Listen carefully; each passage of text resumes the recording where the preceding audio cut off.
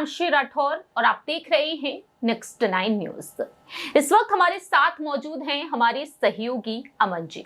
जिनसे हम जानना चाहेंगे कि आखिरकार केंद्रीय मंत्री ज्योतिरादित्य सिंधिया का राजनीतिक भविष्य क्या कुछ होगा। सर, जैसा कि हमने देखा कि विधानसभा चुनाव हुए 5 राज्यों में और 5 में से 3 राज्यों में जीत हासिल की बीजेपी ने, राजस्थान, मध्य प्रदेश, छत्तीसगढ़। लेकिन देखा गया कि नए नए चेहरों को उतारा गया। यहाँ पर बीजेपी की जो अच्छी बात मानी जाती है कि नए चेहरों को मौका जरूर मिलता है, और ऐसे में देखा जाए आज बीजेपी से ही कहीं ना कहीं कांग्रेस कुछ सीखती हुई नजर आ रही है। राजस्थान के जो प्रदेश प्रभारी हैं सुखजिंदर सिंह रंधावा, जिन्होंने साफ कहा है कि जब बीजेपी अपने सांसदों को उतार सकती है तो हम अपने विधायकों को आगे क्यों नहीं कर सकते। तो उनकी रणनीति यही है कि अब हम अपने विधायकों को आगे करेंगे लोकसभा चुनाव लड़ाने के लिए। बात करेंगे एमपी की सियासत के बारे में, जहां पर सिंधिया एक अहम हिस्सा ना सिर्फ आज बीजेपी का है बल्कि एक वक्त कांग्रेस का रहे हैं। राहुल गांधी के साथ 16 साल की उनकी दोस्ती रही है, और आज देखा जाए वही जो दोस्ती जो टूटी है, आज देखा जाए किस तरह से एक राजनीतिक तौर पर वह प्रतिद्वंदी बनते हुए नजर आ रहे हैं।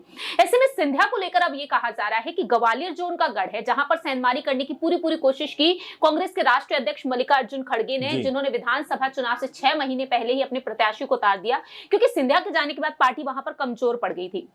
अब उसी ग्वालियर को लेकर दावे किए जा रहे हैं। दावा यह तक किया गया है कि सिंधिया लोकसभा चुनाव लड़ सकते हैं ग्वालियर से, या फिर यहां से देखा जाए बीजेपी किसी अन्य दिग्गज नेता को उतार सकती है। ऐसे में यहां पर बात अगर कर ली जाए कांग्रेस के बारे में, तो आखिरकार सिंधिया, पहली बात तो यही कि ग्वालियर से वह चुनाव लड़ते हुए देखे जाएंगे या फिर नहीं, और दूसरी बात ये अगर लड़ते भी हैं तो कांग्रेस की तरफ से कौन। देखिए, बहुत सारे नाम हैं और जाहिर सी बात है कि जब भी कोई बड़ा नेता उतरता है तो अमूमन ऐसा होता है कि पार्टियां अपना बहुत लोकप्रिय चेहरा वहां से नहीं उतारती हैं, बचती हैं उससे। लेकिन सिंधिया चूंकि कांग्रेस पार्टी के सदस्य रह चुके हैं, एक बड़ा नाम रह चुके हैं, बीजेपी में गए हैं, तो हो सकता है कि उनको हराने की मंशा के साथ में कांग्रेस पार्टी वहां पर उतरे और कोई बड़ा चेहरा वहां पर नजर आ जाए। जैसे कि अगर आप देखें, जीतू पटवारी जो खुद विधानसभा चुनाव हारे हुए हैं लेकिन लोकसभा चुनाव वो जीतना चाहेंगे, और जिस तरह से कांग्रेस पार्टी जो लगातार शिवराज सिंह चौहान का मुद्दा चल रहा है उसको अपना मुख्य मुद्दा बनाएगी कि देखिए, आपके चुने हुए मुख्यमंत्री को जब आपको नहीं दिया गया, आपने जिस आदमी को चुना था उसी को हटा दिया गया, तो आखिर ये पार्टी आपका जो कह सकते हैं वायदे हैं वो कैसे पूरा करेगी। और इसमें जीतू पटवारी अभी से अपनी कह सकते हैं, मुझे जहां तक लग रहा है कि प्रांशु जी की अभी से ही अपनी जो रणनीति है उसको बनाने में जुट गए हैं और लगातार शिवराज सिंह चौहान के पक्ष में बयानबाजी कर रहे हैं और एक माहौल बनाने का प्रयास कर रहे हैं कि बीजेपी ने उनके साथ में अन्याय किया है, कांग्रेस पार्टी लगातार जो कहती है वो करती है और लगातार अपने जो भी वायदा उसने लोगों से किया है उसके साथ में वो जाएगी। और इसी मद्देनजर हो सकता है कि सिंधिया के मुकाबले जीतू पटवारी खड़े होते हुए नजर आए कि भाई जिस शख्स ने या जिस नेता ने पार्टी को धोखा दिया, यानी कि धोखेबाज कहा भी प्रियंका गांधी ने उनको एक चुनावी सभा में, उसी बात को लेकर आगे बढ़ाते हुए नजर आएंगे कि जिस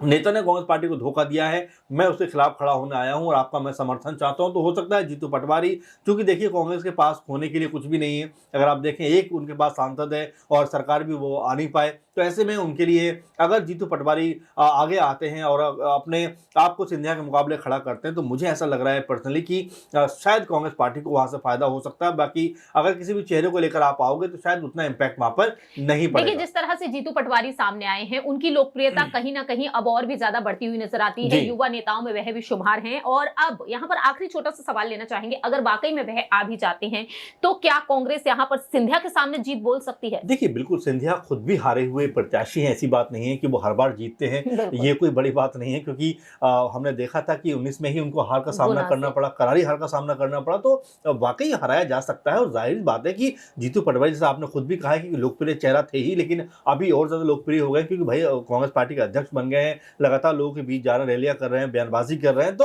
अब उनके भी जो लोकप्रियता है वो कतई कम नहीं है। वैसे में क्या वाकई वो सिंधिया के मुकाबले खड़े होंगे, क्या वाकई सिंधिया से मुकाबला करते हुए नजर आएंगे, कई तरह के सवाल। लेकिन फिलहाल कयासों के दौर में अगर देखा जाए तो हो सकता है कि जीतू पटवारी अपने आप में ये स्टैंड लेते हुए नजर आए और सिंधिया को हराने के लिए वो उनके खिलाफ उतर जाएं, जिससे कांग्रेस पार्टी अगर उनको हराती है तो एक तरीके से कहें कि कांग्रेस को मध्य प्रदेश में कहने के लिए, करने के लिए बहुत कुछ मिल सकता है। वाकई में अब यही देखना होगा कि आने वाले समय में यहाँ पर सिंधिया क्या वाकई में ग्वालियर सीट से उतरते हैं या फिर नहीं, क्योंकि विधानसभा चुनाव को लेकर कहा गया कि सिंधिया विधानसभा चुनाव लड़ेंगे। हालांकि ऐसा हुआ नहीं, उनके प्रत्याशी, माफ कीजिएगा, उनके समर्थकों को उतारा गया। 16 में से 8 ने जीत हासिल की और 5 समर्थक उनके कांग्रेस में वापसी कर गए। अब देखते हैं कि सिंधिया को क्या वाकई में बीजेपी आला कमान लोकसभा चुनाव लड़ाने के लिए आगे करेंगे या नहीं, क्योंकि जीतू पटवारी की जो सुर है वो सिंधिया के खिलाफ लंबे वक्त से हम सुन रहे हैं। उन्होंने साफ तौर पर कह दिया कि किसने कहा कि सिंधिया को मुख्यमंत्री बनाने जा रहे थे हम लोग, ऐसा तो कुछ भी नहीं था, मैं भी इस पार्टी में मौजूद हूं।